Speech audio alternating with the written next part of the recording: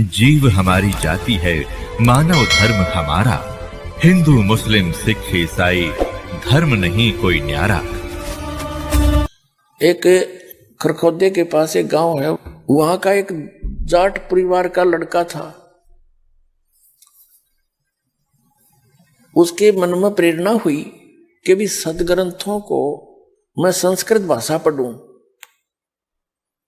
और संस्कृत भाषा पढ़ के फिर सदग्रंथों को पढ़ूंगा और अपना निष्काम भाव से लोगों को शिक्षा बताया करूंगा, ज्ञान।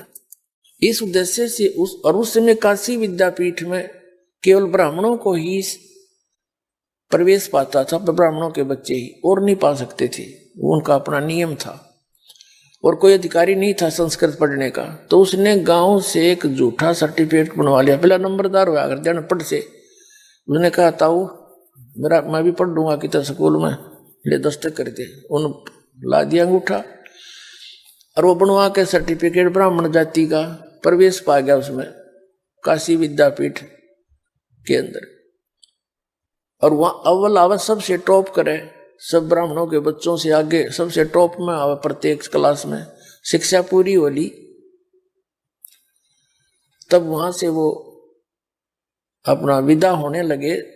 तो वहां का जो प्रिंसिपल ब्राह्मण था वो बड़ा प्रभावित था उससे, और वो लोग केवल इसीलिए शिक्षा ग्रहण करते थे ब्राह्मण वर्ग वाले के यहाँ से पढ़ के जाएंगे और फिर दुनिया ना अच्छा बका पाएंगे, लोग ज्यादा प्रभावित होंगे। काशी विद्यापीठ में पढ़का रहा ये ब्राह्मण का लड़का, दुनिया फिर उससे कथा सुनर दान चढ़ावे, उनका इतना सा उद्देश्य था बस। तो उस प्रिंसिपल ने, प्राचार्य ने सोची कि तेरे लड़की ब्याह की हो रही है और लड़का होनहार है, खूब कमावेगा, बढ़िया संस्कृत पढ़ ली इसने, क्यों ना इससे ब्याह कर दूं। तो जब वो लड़का गया कि गुरुदेव मुझे आशीर्वाद दो, आपका बच्चा अपने फील्ड में सक्सेस हुआ, तो उसने कहा भाई कुछ दक्षिणा भी दे मेरे थे। अब जी मुझ भिखारी के पास क्या दक्षिणा है, जो मांगो वही दे दूंगा।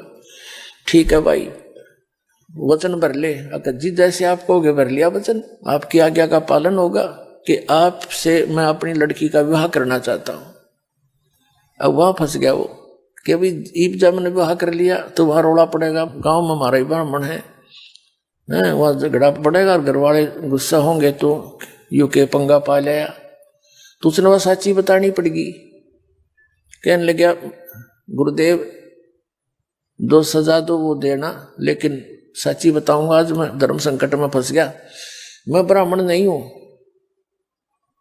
मैं तो जाट हूं,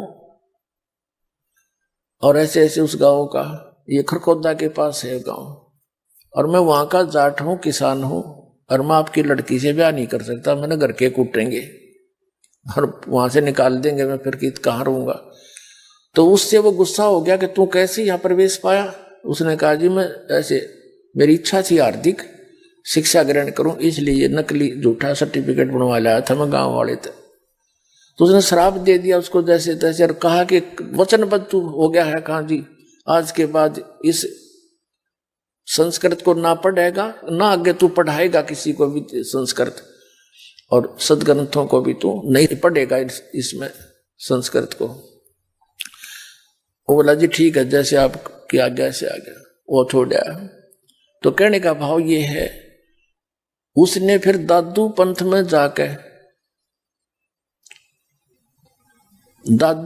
में जाकर संत मते में दीक्षा ले ली उस लड़के ने, जो किसान का लड़का था। और वहां से फिर वो दादू पंथी हो गया। फिर उसने अपना जैसा वेदों को पढ़ा तो जरूर, लेकिन संस्कृत भाषा यूज नहीं करी। लोक वेद में संत भाषा में उसने एक ग्रंथ बनाया, निश्चल दास नाम था उसका, निश्चल दास। तो कहने का भाव ये है कि पहले ये वेद और गीता को तो ये ब्राह्मण लोग अपना कब्जा कर रहे थे, और परमात्मा कहा करते हैं कि ये तुम्हें झूठ बोल रहे हैं, ये तो आपके गुरुजी मंडलेश्वर आचार्य और शंकराचार्य ये गलत ज्ञान दे रहे हैं। तो उस समय यही बात बिगड़ी रही कि वो गुरु लोग कहते रहे कबीर अशिक्षित है, यो क्या जाने वेदों और ग्रंथों और पुराणों के बारे में, ये ब्रह्मा विष्णु महेश को नासवान बताता है, इनके माता पिता बताता है, ये झूठा है, कपटी है। और इस बात का असर सारे भगत समाज का हो गया। सचमुच सही है, कबीर तो एक धानक है, जुलाह है, शूद्र जाति में है, ये तो पढ़ ही नहीं सकता क्योंकि ब्राह्मण इनको निकट नहीं आने देते थे। तो उस समय यही बात बिगड़ गई। इस सच्चाई को इन नकली संतों ने, मंडलेश्वरों, आचार्यों और महर्षियों और शंकराचार्यों ने उस परमात्मा के ज्ञान को हमारे तक आने नहीं दिया और परमात्मा का घोर विरोध करा दिया। उनके साथ ऐसे जुल्म करवा दिए, पूछो मत। अपने आत्माओं, यही रिहर्सल इस दास के साथ हुई थी क्रोथा कांड की। दास यही इनकी खाल उतारने लग गया ज्ञान की। महर्षि दयानंद नकली का समाचार पत्रों के माध्यम से, टीवी के माध्यम से सीडी बनाकर भक्तों को भेजा कि इसके पास खक नहीं, देखो यो महर्षि से इसे महर्षि हुआ करे। इस बात का पता चला नारी समाज के आचार्यों ने, इन्हें सोचा तुम्हारे जूते पड़ेंगे, तुम्हारे अनुयायी पीटेंगे तुमने। जब दयानंद के अज्ञान का पता लग गया, तुम नाचते क्यों नहीं बताया हमारे को, तो उन्होंने राजा को और प्रजा को भ्रमित करके आश्रम पर अटैक करवा दिया। मारने के लिए आए, रामपाल को मार दो, आश्रम खत्म कर दो, और बताया नहीं सच्चाई किसी को। तो जाको राखे साइया मार से कहना कोई, तूने तो जुल्म किया सो किया। अब हम नो के न्यू हो गए, क्यों हो गए? क्योंकि श्रद्धालु शिक्षित है और सदग्रंथ हमारे पास थे।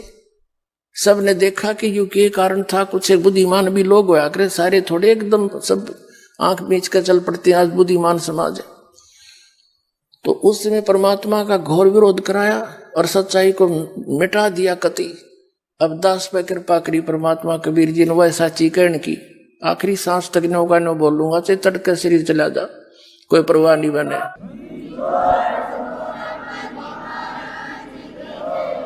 हमारे श्रद्धालु क्यों समझ गए इसको? क्योंकि आज परमात्मा ने दया बख्शी। पहले तो अपने बच्चों को, बेटा बेटियों को शिक्षित किया,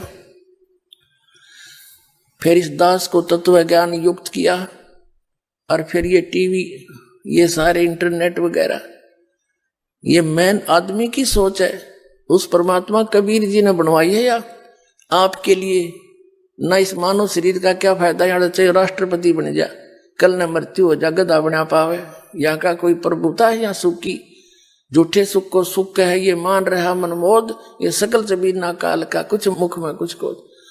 तो इन सदग्रंथों से परिचित करवा के ये दास आपको दृढ़ कर रहा है कि जिन सदग्रंथों को आप जिस श्रोधार्य मानते थे, उन्हीं में वही लिखा है जो कबीर परमात्मा 600 वर्ष पहले कहा करते थे। इन झूठों ने उस परमात्मा की सच्चाई को प्राणे नहीं दिया। लेकिन यह कब तक रुकती है? सच्चाई में बड़ा दम होता है। आज यह एकदम स्पीड तो ऊपर आ गई और सब फेल हो गए हैं, किसी के पास कख नहीं।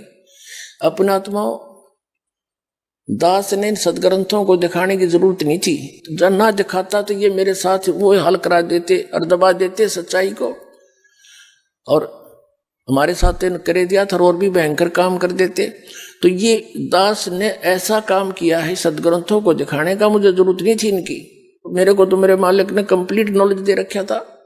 ये तो बहुत बाद में सन 2000 के अंदर ये सदग्रंथों को देखा। नहीं, पहले तो कबीर साहब के ज्ञान के आधार से सन 1994 से 2000 तक उसी के आधार से प्रचार करता था। फिर ये प्रचार आना था ओपन, यानी बड़े स्तर पर, मालिक को पता था। उससे पहले दास को इन सदग्रंथों के अंदर प्रेरणा करी एक दिन कि कबीर साहब की एक वाणी याद आई, वेद मेरा भेद है, मैं ना मिलूं वेदन के माही, और जौन वेद से मैं मिलूंगा वेद जानते नहीं। तो एकदम प्रेरणा हुई कि परमात्मा का वचन गलत नहीं हो सकता। ये कहते हैं कि वेद में मेरा ही ज्ञान है, लेकिन उस वेद से मेरे पाने की विधि नहीं है, वो उन्होंने खुद आकर बताई। तो वेद तो उपलब्ध थे नहीं, हमने वेद देखे भी ना थे, सुने थे वेद है, नो नहीं पता था वो है किसे। गीता जी को जरूर हमारे पास होती थी, पढ़ते भी थे, वह समझ में बाहर थी क्योंकि हमने तत्व ज्ञान नहीं था। तो गीता जी देखा और उसमें पढ़ने लगा तो उसमें स्पष्ट तेरा भला हो, यो गीता ज्ञान दाता तेनों क्या कोई और है वो परमात्मा। और हम कृष्ण के ऊपर सारा कुछ शेरा बांध के बैठ गए थे। फिर वेदों को भी लाया, मैं वेदों में पाऊंगा, फिर तो अनुवाद ही का किया हुआ है, वेदों ने भी चांदना कर दिया। तो अब दास वो वेद और गीता, पुराण, कुरान और बाइबल और गुरु ग्रंथ साहिब, ये आपके रूबरू दिखा रहा हूं, प्रश्न नंबर और अध्याय नंबर बताकर। तो दास ऐसे कर रहा है जैसे एक समय एक अंधा व्यक्ति रात्रि में जावा था, हाथ में लालटेन ले रखी जला करके लैंप, रास्ते में जा रहा था, आगे से बच्चे आ रहे थे उछल कूद करते हुए। उस अंधे व्यक्ति ने कहा कि देखना बच्चा, ध्यान से चलना बेटा, मैं अंधा हूं, मुझे दिखाई नहीं दे रहा। तो वो बच्चे उसके चारों तरफ खड़े हो गए, कहने लगे एक तरफ तो ये अंधा कह रहा है और एक तरफ ये लंप लिए हुए हैं। उन्होंने पूछा बाबा क्या सचमुच आप अंधे हो? कहा बेटा मैं अंधा हूं। फिर ये लालटेन यानी लैंप किस लिए लिए हो? कि तुम आंखों वालों के लिए, कहीं मेरे में टक्कर मार दो, बुढ़े आदमी ने तोड़ दो गिर के, इसकी रोशनी में मुझसे दूर के टल जाओ तुम, मेरी जान बची रहे, मैं अपना सफर कर लूं। तो ये सदग्रंथ एज ए लैंप दास साथ रखता है कि मेरे से टकराने से पहले अपने सदग्रंथ होना पड़ जाओ। देख इसमें यो लिखा है। तो ये लालटेन का काम कर रहे थे, तो आज हम ऊपर उठ के सबने देखे अपने अपने चांदने में अपने अपने ग्रंथ। दास ने झूठ बोलने की क्या जरूरत है, झूठे तो पहले हम तेरे थे। ये एक पॉइंट भी को कच्चा सिद्ध कर दियो, उसी दिन संताई त्याग दूंगा। कोई बात है यार? अपने सर पे कौन भार द्रव्य, मतलब ये छेन मोल जी उनको नाश करे भक्तों का। तो कहने का भाव है पुण्यात्मा, उस परमात्मा की उस गरीबदास जी ने जो मालिक को देखा सदग्रंथों में का प्रमाण तो बाद में देखा था, तो अपनी वो गोपाल दास द्वारा लिखवा दिया। और वो सदग्रंथ आज इस दास के पास उपलब्ध है। वो ग्रंथ आदरणीय गरीबदास जी द्वारा आंखों देखा लिखा श्रीमद् भगवत गीता अध्याय नंबर 4 के श्लोक नंबर 32 में कहा कि अर्जुन, जो ज्ञान तूने अध्याय 4 के श्लोक 25 से लेकर 31 तक सुना, उसमें कोई तो देवताओं की पूजा करता है, उसी को सच्ची मान रहा है।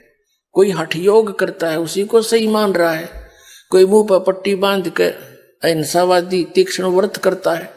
कोई गीता और वेदों आदि का पठन पाठन करके स्वाध्याय करके उसी को फाइनल मान रहा है। और ये सब अपनी अपनी साधनाओं को पाप नाशक मान रहे हैं।